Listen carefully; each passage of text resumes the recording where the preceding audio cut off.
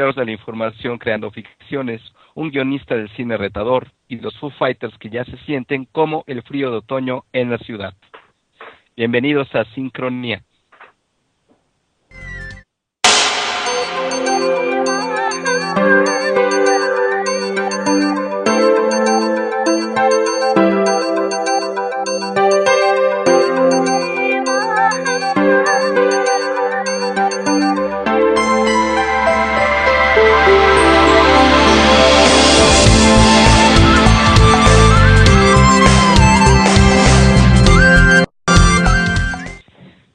Buenas noches, querido público. Parece que hoy el programa Skype tiene problemas con el alcohol, entonces hemos tenido muchas dificultades, pero seguimos aquí en un quinto intento en su Lounge del Conocimiento. Sean bienvenidos y vámonos con nuestra primera sección, que es nuestro matemático de cabecera, Rogelio, su sección Matemáticas para Llevar. Hola, Rogelio, ¿cómo estás? Vamos por la quinta y esta será la... Vamos por la quinta, no hay quinto malo. Bueno, entonces... hablamos de Euclides o no Euclides.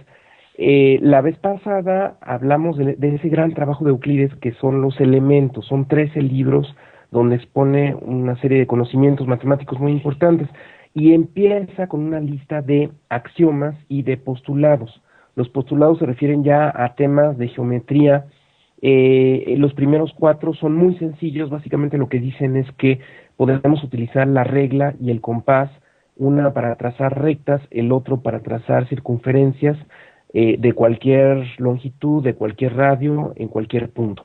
Pero el quinto postulado es otra historia, está hecho de otra textura, de otro material. Entonces voy a tratar primero de explicar tal como está el quinto postulado ahí en el libro de los elementos. Entonces en la primera figura podemos ver dos rectas que se ven más o menos horizontales, podemos pensar que son dos horizontales, y un triángulo. Bueno, ahí aparece un triángulo, pero concentrémonos en el lado izquierdo del triángulo, que es como una recta diagonal que corta a las otras dos que se ven horizontales.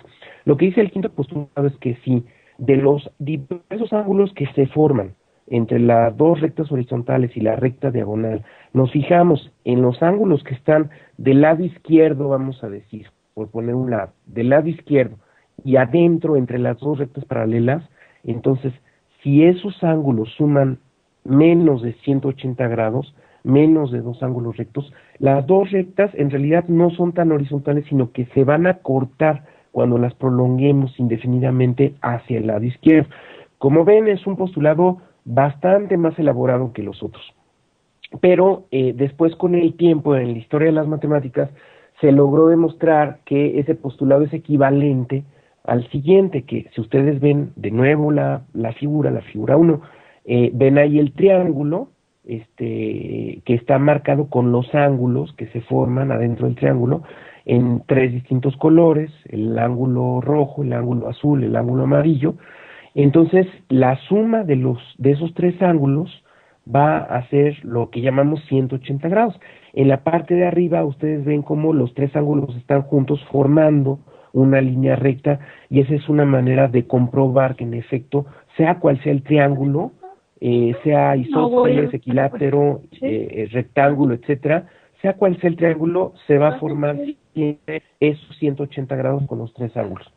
Entonces, esa es una manera equivalente del quinto postulado. Es decir, si quitamos el quinto postulado tal como lo dice Euclides y ponemos este enunciado del que los tres miden 180 grados de cualquier triángulo, entonces la geometría euclidiana es la misma, ¿de acuerdo?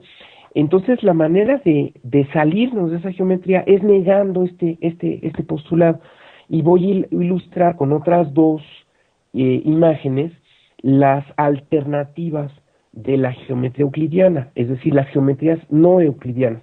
Entonces, en la siguiente figura, en la figura número 2, vamos a ver una geometría no euclidiana que es la geometría esférica. Básicamente es la geometría del globo terráqueo, de la esfera terráquea, y ahí podemos ver un triángulo. En esa figura número 2 podemos ver un triángulo que básicamente está formado por 2 meridianos del globo terráqueo que se encuentran en el polo norte y el ecuador mismo. Entonces, si se fijan, los 2 meridianos pueden ser cualesquiera 2, pero podemos considerar que los dos meridianos se encuentran en el polo norte en un ángulo de 90 grados. Entonces ese triángulo, entre comillas, que se forma, los tres ángulos de ese triángulo van a medir 270 grados, es decir, más de 180 grados. Entonces, esa no es una geometría euclidiana, es una geometría no euclidiana, que consiste en negar el quinto postulado. Pero hay otra manera de negar el quinto postulado, y pasamos a la imagen número 3. En la imagen número 3, lo que se muestra es otra superficie, otra geometría, que es más o menos como una trompeta, y donde ustedes, si dibujan un triángulo, van a ver como los tres ángulos son demasiado agudos, de tal forma que la suma de los tres da una cantidad menor que 180 grados. Entonces, esa es otra manera de negar la geometría euclidiana. Lo que hizo este monje jesuita del siglo XVIII, Girolamo Saccheri, fue negar el quinto postulado euclidiano y sustituirlo con otro enunciado, y entonces esperaba él encontrar la contradicción. De hecho, se sugestionó, encontró la contradicción incorrectamente y pensó que ya había demostrado el quinto postulado, pero no fue así. Lo que hizo fue desarrollar propiedades de una geometría no euclidiana, en particular la tercera, la que vemos en la tercera imagen.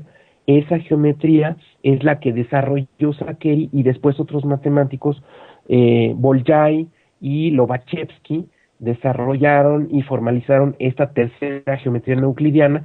Y la segunda geometría no euclidiana, la de la esfera, la desarrolló un matemático brillante también, que era Riemann, que fue alumno de Gauss. También Gauss estuvo interesado en las geometrías no euclidianas, pero tampoco se atrevió en primera instancia a hablar de ellas, porque era un asunto bastante rudo el negar a Euclides.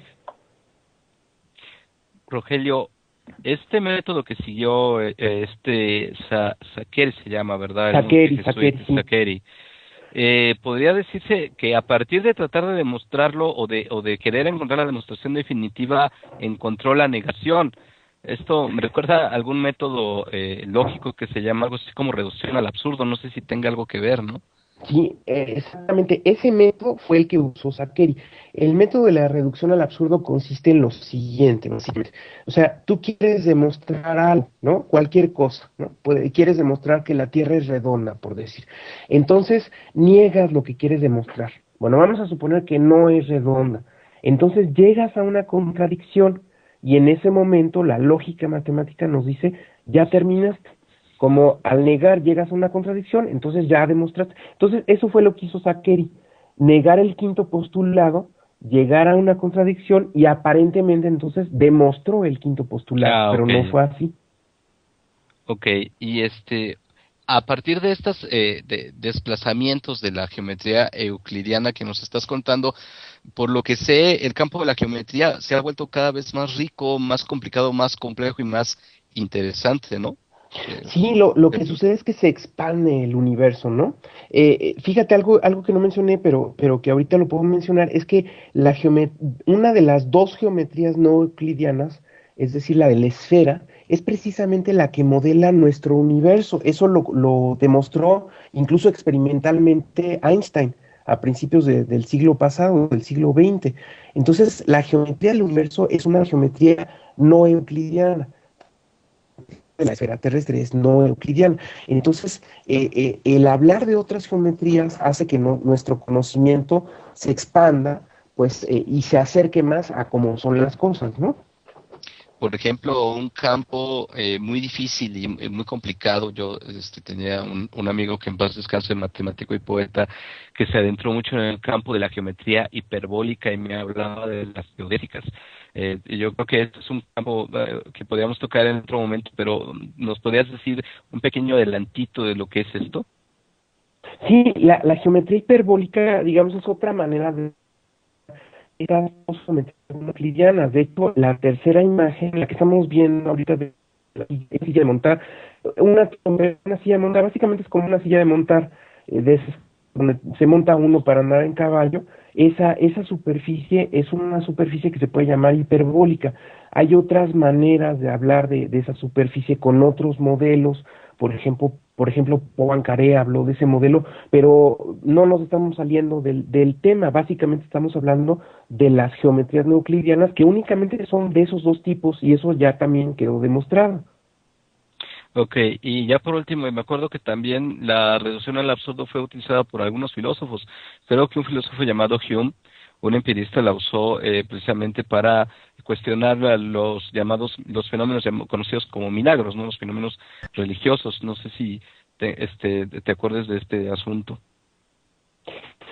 Pues lo que sé es que en filosofía sí se utiliza mucho esta cuestión de la lógica matemática. Es los argumentos filosóficos a menudo son argumentos lógicos muy parecidos a las matemáticas, y que en efecto se demuestran situaciones o se demuestran conceptos usando la lógica matemática. Está muy unida en ese aspecto las matemáticas con la filosofía. Ok, espero que también un día de estos nos hables de las teorías intuicionistas de matemáticas y toda esta relación diferente de lógica y matemática, Rogelio, por ahí, ¿no? Y claro, hay muchas cosas de que hablar al respecto. Ok, pues muchas gracias, como siempre, al pupitre con todo tu conocimiento, y pues nos vemos la otra semana para que vengas con otro tema para volver a recordarnos lo interesante y lo profundo y lo necesario que es entender el mundo a través de las matemáticas. Gracias, Rogelio. Gracias, Ulises, a ti, y buenas noches a todos. Ok, buenas noches, y después de escuchar a nuestro matemático de cabecera, escuchen esto también, por favor. Adelante, nuestro productor Carlos Garza con música. No problems to report on any of the major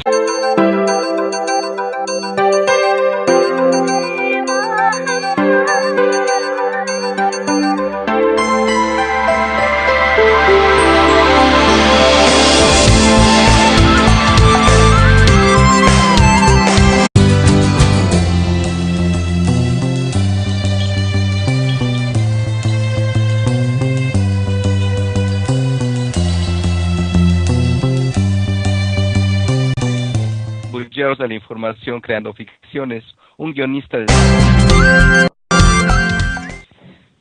Buenas noches, querido público. Parece que hoy el programa Skype tiene problemas con el alcohol, entonces hemos tenido muchas dificultades, pero seguimos aquí en un quinto intento en su Lounge del Conocimiento.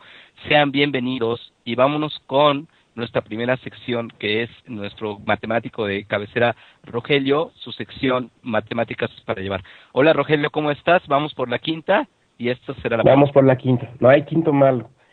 Bueno, entonces hablamos de cine retador y los Foo Fighters que ya se sienten como el frío de otoño en la ciudad. Bienvenidos a Sincronía.